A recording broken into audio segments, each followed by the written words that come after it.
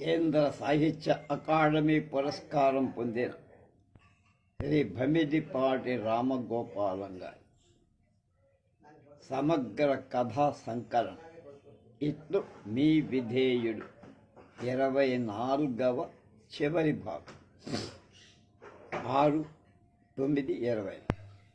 కథ పేరు అద్దం అబద్ధమాడే.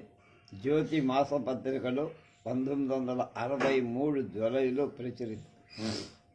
సీతాపతి మేడమెట్లెక్కుతూ వంకర తిరిగిన చోట ఆగాడు. అక్కడ నుంచి అతనికి కనబడ్డ దృశ్యం అతన్ని అడుగు ముందుకు వెయ్యనివ్వ.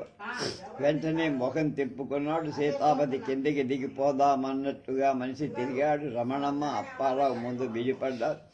ఒకరి చేతుల్లోంచి ఒకరి మొహాలు ఒకరు చూసుకున్నారు. నవ్వుకుందామని ఇద్దరికీ అనిపించి, కానీ ఒక్కరు నవ్వలేకపోయారు. ఒక క్షణం ఇద్దరికి ఏమీ తోచక బెరుగ్గా చూసుకున్నారు. మాట రాలా ఎవరికి.